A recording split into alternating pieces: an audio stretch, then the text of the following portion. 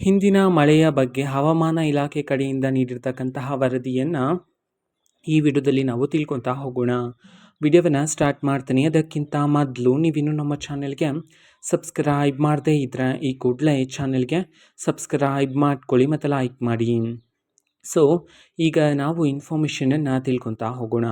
ಹೌದು, ಮುಂದಿನ 24 ಗಂಟೆಯಲ್ಲಿ ಈ 6 ಜಿಲ್ಲೆಗಳಲ್ಲಿ ಮಳೆಯ ಆರ್ಭಟ ಇರಲಿದೆ. ಮಳೆ ಜಾಸ್ತಿ ಬರಲಿದೆ ಅಂತ ಹೇಳಿ ಹವಾಮಾನ ಇಲಾಖೆ ಕಡೆಯಿಂದ ಎಚ್ಚರಿಕೆಯನ್ನಾದರೂ ನೀಡಿರ್ತಕ್ಕಂಥದ್ದು.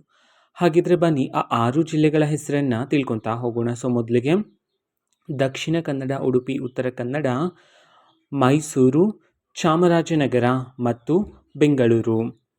ಈ 6 ಜಿಲ್ಲೆಗಳಲ್ಲಿ ಇವತ್ತು ಭಾರೀ ಮಳೆಯಾಗ್ತಕ್ಕಂಥ ಸಾಧ್ಯತೆಗಳಿವೆ ಅಂತ ಹೇಳಿ ಹವಾಮಾನ ಇಲಾಖೆಯಿಂದ ಎಚ್ಚರಿಕೆಯನ್ನಾದರೂ ನೀಡಿರ್ತಕ್ಕಂಥದ್ದು.